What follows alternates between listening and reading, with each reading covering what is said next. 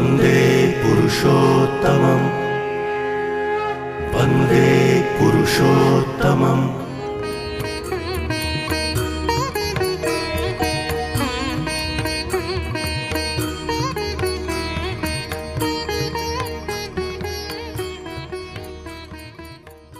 What I understand, the take of the day, that in one time zone there will be only one physical embodiment of incarnation. So that is what is our love Lord Sri Anukul Thakur in our nearest time zone. What about other Rishi, Yogi, they and Seers? Then on a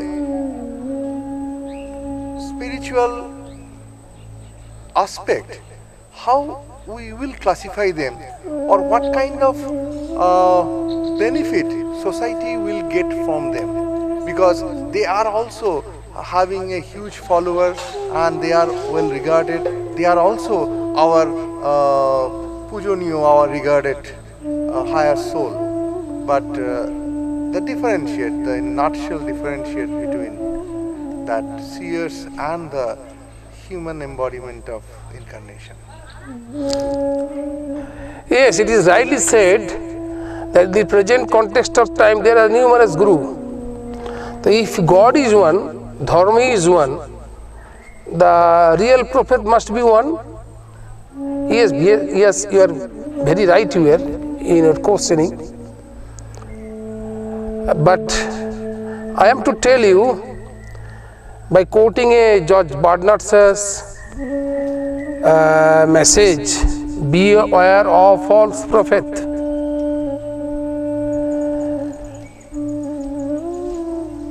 Those who are the real prophet, they never proclaim as the prophet. In the case of Sri Thakur Anukul Chandra, when we recite Vande Purushottam in his presence, sometimes he gets contracted. He is not feel very happy.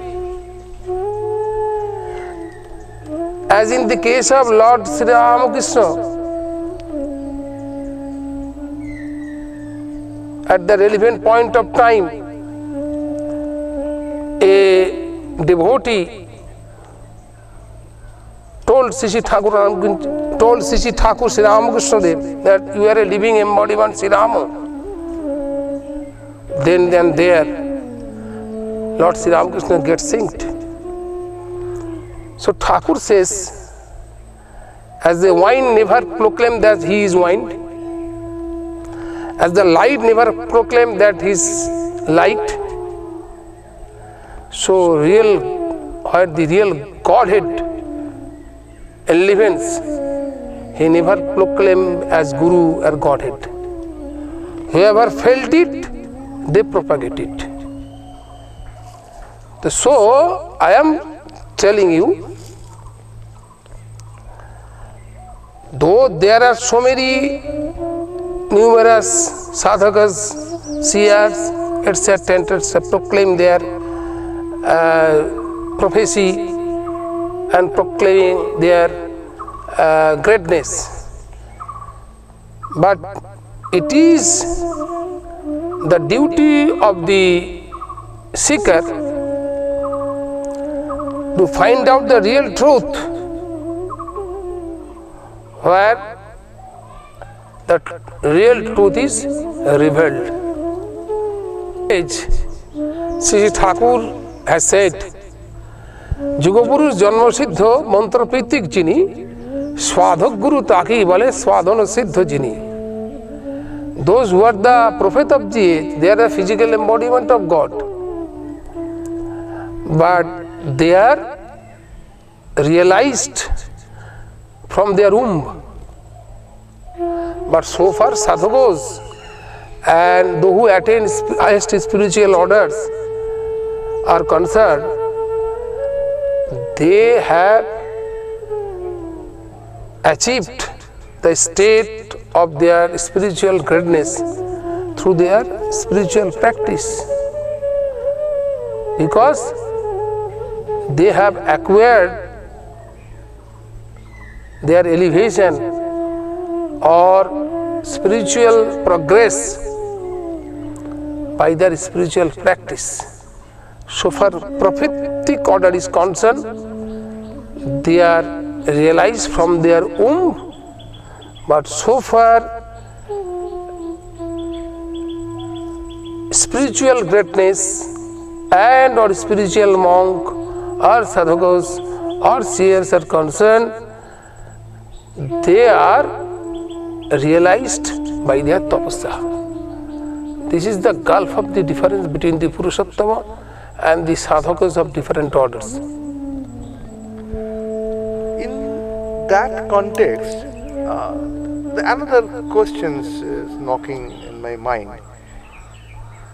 If sadhakas or the rishis, all the great seers, they have achieved certain spiritual height by practices, that means they are also very much conscious and aware of the prophetic order. So why they all don't follow the prophet of their time zone?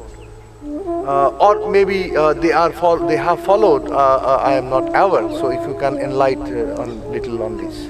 Yes, it also happens through the ages. As you can see in the case of Lord Sri Krishna, you can see Bhisho, Karna, Drona, Acharya, Kripacharya there. They are very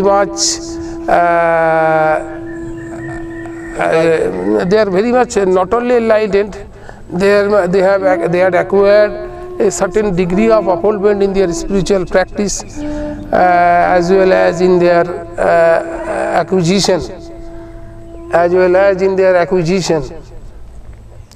but as well as their personal acquisition, so far their field of experience is concerned. But they did not accept Lord Krishna as their Guru. Even Kaurava did not accept Lord Krishna as their Guru.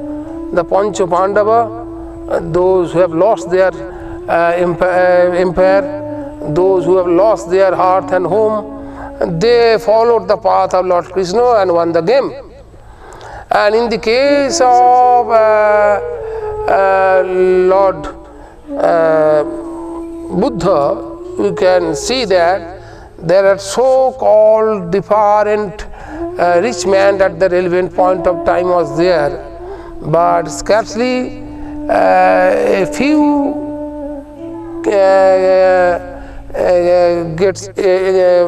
was initiated. A few were initiated in the ideology of Lord Buddha, but at that relevant point of time, there are so many sadhakas who showed their hesitation to accept the Buddha as their Guru.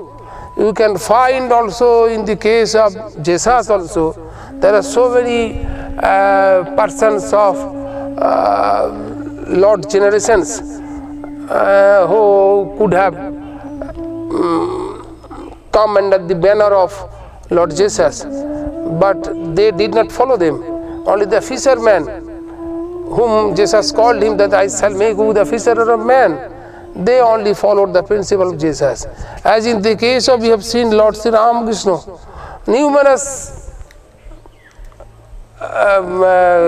so-called genius encircled before him, as in the case of Rabindranath Tagore was there, Devendranath Tagore was there, even Vidyasagar was there, Bankim Chandra Chattopadhyay was there, Michael Madhusudan was there. Some of them even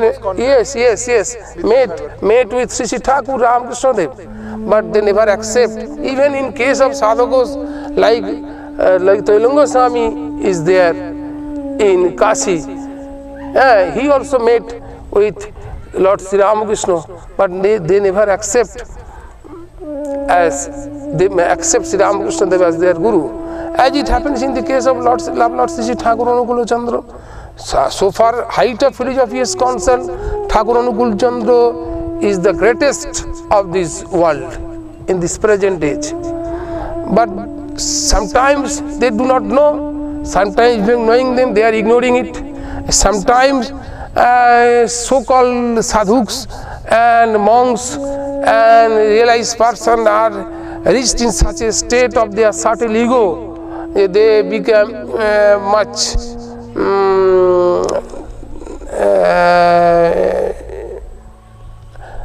synced off to bow down to the village of Rishi Thakur Anukul Chandra. However, this is the frailty of the sadhakas to accept him as the prophet of the age. Nothing more, nothing that I can say at least. It is the frailty of them. Okay.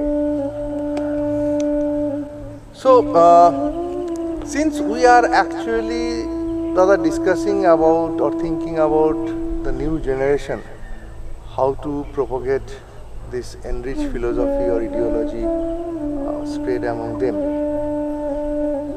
So, one of the very need of the hour of our country is entrepreneurship for the overall development and that enrichment of the country.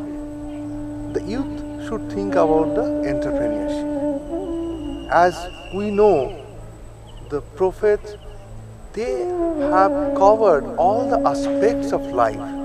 Do we have some guidance from our love Lord Rishi Thakur Anukul Chandra about entrepreneurship? How to do business?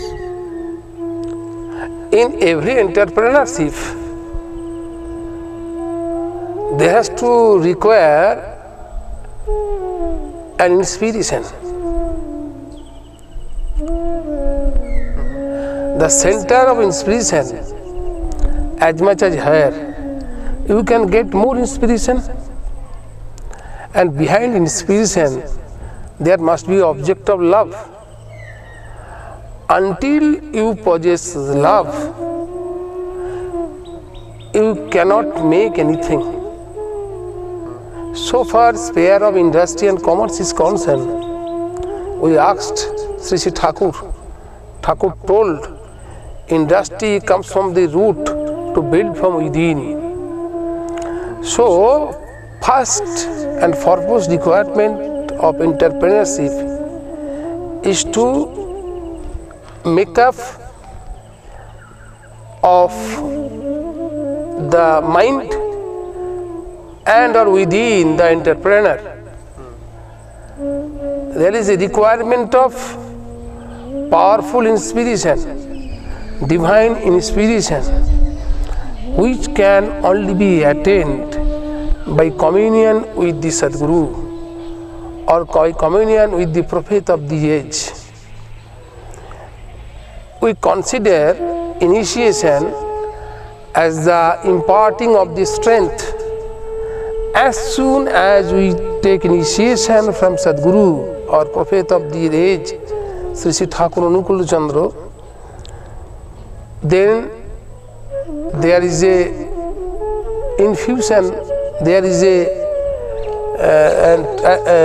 as soon as we get, as and when we take initiation from Love Lord Rishi Thakur Anukul Chandra, we possess a certain amount of energy. We get a highest order of practice, practicing of which an entrepreneur can attain a state of mind, can attain a pitch of understanding, can attain a divine inspiration imbued with love, so that her inner being can jump up to invent new and new and new, and he will never be depressed because of the fact that with his whole heart he is imbued with beloved the Lord, he is attached with beloved the Lord, and love Lord is the source of all of his activities.